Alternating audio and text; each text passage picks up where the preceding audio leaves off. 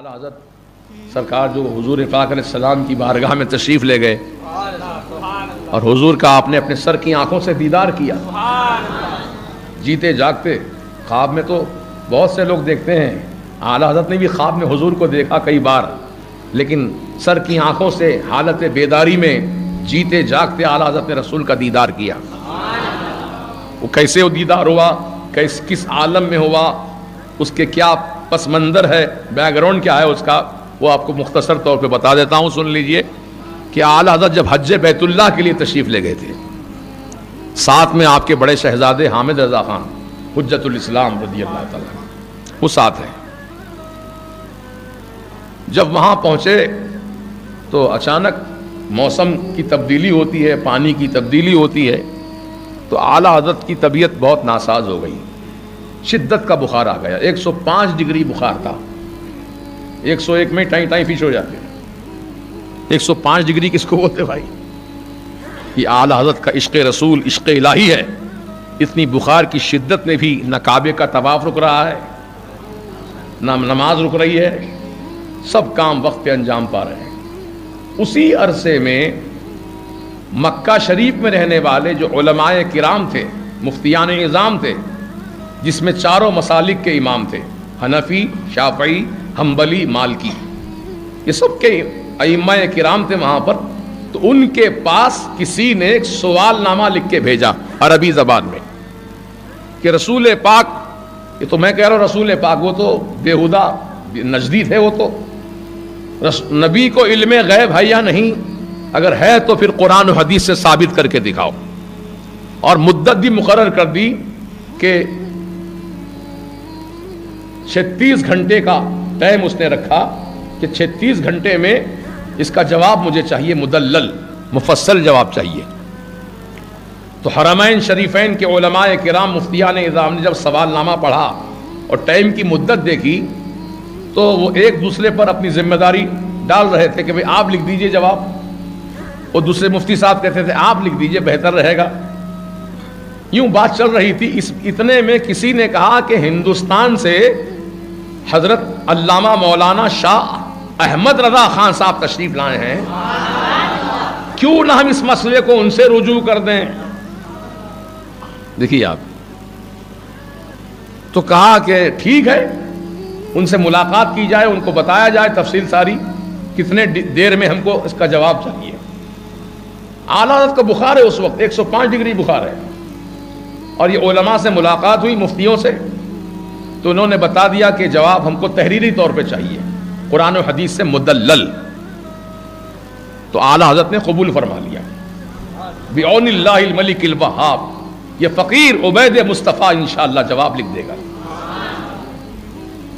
چنانچہ وہ سوال نامہ لے کر گئے اور بخار کی حالت میں اپنے بڑے شہزادے حجت الاسلام کو ساتھ لیا اور کعبۃ اللہ کے صحن میں پہنچ گئے اعلیٰ حضرت۔ کہاں پہنچے؟ کعبۃ اللہ کے صحن میں، جو مطاف کہتے ہیں، طواف کرنے کی جگہ، وہاں بیٹھ گئے۔ دروازہ کعبۃ اللہ شریف کا سامنے، وہ دروازے کے سامنے ہٹ کر ذرا دور بیٹھ گئے اور اپنے شہزادے حجت الاسلام سے اعلیٰ حضرت فرماتے تھے کہ لکھو حامد رضا، قرآن کی آیت لکھو، اس کا حوالہ لکھو، کون سے پارے کی آیت ہے، کون سا رکوع ہے، کون سی آیت نمبر ہے، اس کی تفسیر لکھو۔ تفسیر کی کتابیں، حالانکہ ساتھ میں کوئی لائبریری لے کر نہیں گئے تھے آپ، نہ پہلے سے کوئی معلوم تھا کہ یہاں مجھ کو ایسا مناظرہ کرنا پڑے گا تحریری طور پر، ورنہ آدمی تیاری کر کے جاتا ہے۔ اچانک مسئلہ سامنے آیا تو اعلیٰ حضرت اچانک بیٹھ کر جواب لکھوا رہے ہیں، تو 5 ڈگری بخار کی حالت میں 500 پیجز پر، 500 صفحات پر عربی زبان میں کتاب لکھوائی، مدت 8 گھنٹے میں، 8 گھنٹے میں 500 پیجز پر کتاب لکھوائی۔ لکھوانے میں اتنی دیر لگی، اگر خود لکھتے تو پتہ نہیں کتنا جلدی لکھ دیتے۔ میں بولوں، آپ سنیں، پھر قلم چلائیں، ٹائم لگتا نا، اگر خود آدمی لکھنا شروع کر دے تو جلدی کام ہو جاتا ہے۔ اعلیٰ حضرت چونکہ بخار کی شدت میں تھے، اس لیے اپنے شہزادے سے لکھوا رہے ہیں کہ لکھو حامد رضا، یہ دلیل پیش کرو یہ حوالہ پیش کرو، یہ تفسیر پیش کرو، یہ حدیث مبارک پیش کرو. جب لکھاتے لکھاتے اعلیٰ حضرت ایک لمحے کے لیے سوچتے اب اس کے بعد کون سی دلیل پیش کروں، اس کے بعد کون سا ثبوت پیش کروں، آپ کی نگاہیں اچانک در کعبہ پہ اٹھتی ہیں تو کیا دیکھتے ہیں؟ در کعبہ پر سرکار غوث اعظم نظر آ رہے ہیں اور فرما رہے ہیں اے احمد رضا پریشان کیوں ہوتا ہے، لکھ یہ دلیل، لکھ یہ حوالہ، لکھ یہ تفسیر لکھ. چنانچہ میرے غوث پاک کا فیضان راست طور پر اعلیٰ حضرت کو حاصل تھا اور آپ اعلیٰ حضرت کتاب لکھوا رہے ہیں. غوث پاک فرما رہے ہیں جب مکمل ہو گئی کتاب تو کتاب آپ نے علماء کی خدمت میں پیش کر دیا. ہینڈ رائٹنگ ہے، پرنٹنگ نہیں ہے، خط لکھوایا گیا ہے، قلم سے لکھوائی گئی کتاب. تو عزیزان ملت وہ کتاب کی اتنی شہرت ہوئی، اتنی عزت ہوئی کہ گورنر مکہ، جن کو شریف مکہ کہا جاتا تھا اس دور میں، جن کا نام ہے علی پاشا، ٹرکیوں کی حکومت تھی اور ٹرکیوں کا ہی وہاں پہ قبضہ تھا مکہ شریف مدینہ شریف، اس دور کی بات ہے یہ. تو علی پاشا کے پاس جو سنی تھے ان کے پاس کسی عالم نے تذکرہ کیا کہ ہندوستان سے ایک بہت بڑے عالم آئے ہیں جن کا نام احمد رضا ہے، انہوں نے علم غیب رسول پر ایسی پیاری کتاب لکھی ہے کہ پڑھنے کے بعد طبیعت باغ باغ ہو جاتی ہے، روح تازہ ہو جاتی ہے، ایمان طاقتور ہو جاتا ہے. تو علی پاشا نے جب کتاب کی تعریف سنی تو فوراً کہا کہ علماء سے کہے وہ کتاب میرے پاس بھیجوائیں، میں سننا چاہتا ہوں پڑھوا کر. چنانچہ علماء کا ایک مقدس قافلہ گیا علماء کے پاس، وہاں سے کتاب لے کر آئے اور علی پاشا کے دربار میں ایک وقت مقرر تھا، اس وقت میں وہ کتاب جو اعلیٰ حضرت نے لکھی تھی اس کو علماء پڑھ کے سناتے تھے علی پاشا کو.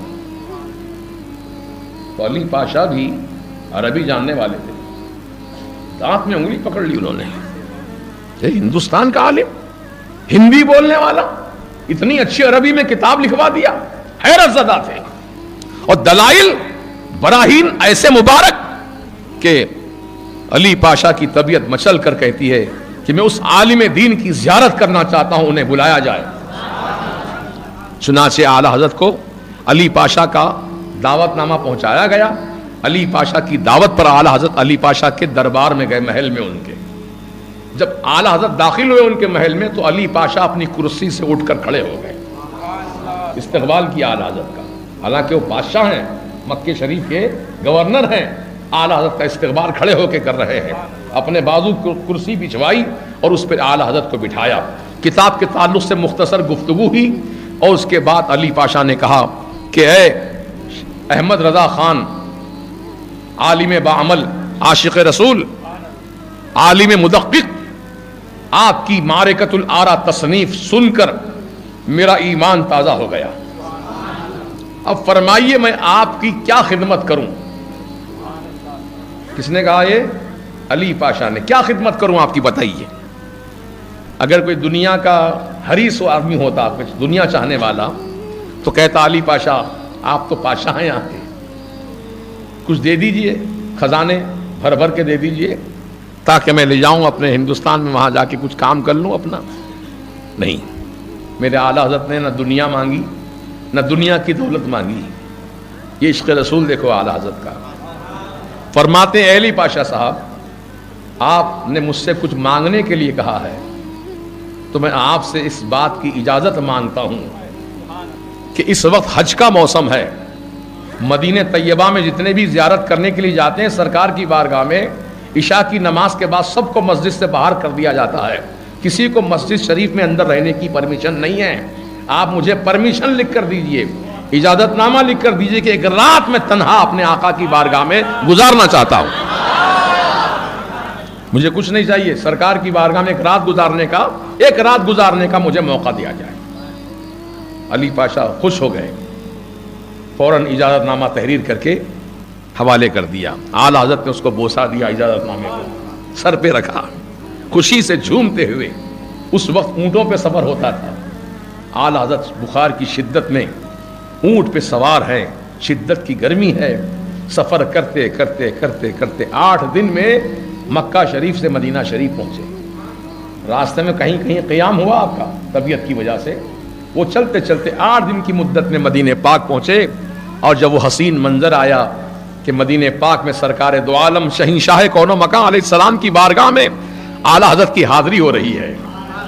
آنکھوں سے آنسو جاری و ساری ہیں, حضور کی محبت میں دل تڑپ رہا ہے.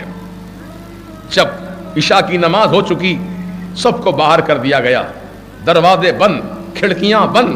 اب رسول کی بارگاہ ہے اور اعلیٰ حضرت کی ذات ہے, کوئی نہیں ہے وہاں, اعلیٰ حضرت سرکار ہے. آقا کی بارگاہ میں عرض کرتے ہیں یا رسول اللہ, احمد رضا کو آپ نے خواب میں کئی مرتبہ دیدار عطا کیا, یہ آپ کا کرم ہے سرکار, لیکن آج احمد رضا ایک تمنا لے کر آیا ہے آپ کی بارگاہ میں. میں خواب میں نہیں, حالت بیداری میں آپ کا جلوہ دیکھنا چاہتا ہوں. سرکار کرم کر دیجئے, اپنا جلوہ دکھا دیجئے. زارو قطار روتے رہے, اور یہ غزل اسی وقت لکھ کر آپ نے سنائی حضور کو. وہ سوئے لالا زار پھرتے ہیں, اے بہار تیرے دن پھرتے ہیں. یہ غزل نعتیہ غزل لکھ کر کے اعلیٰ حضرت نے حضور کی بارگاہ میں پڑھی, سنایا سرکار کو. بس وہ مقبولیت کا وقت تھا, آپ کا معروضہ قبول ہو گیا. رسول اعظم علیہ السلام نے اپنا جلوہ سر تا پا دکھایا, سر سے لے کے پاؤں تک اتنا چہرہ ہی نہیں دکھایا, پورا بدن پاک حضور کا اعلیٰ حضرت نے اپنے سر کی آنکھوں سے دیکھا. اللہ اکبر. اور پکار اٹھے, کیا پکار اٹھے کہ اللہ کی سر تابہ قدم شان ہے. یہ کب کہا جاتا ہے؟ جب کوئی چیز سامنے ہو.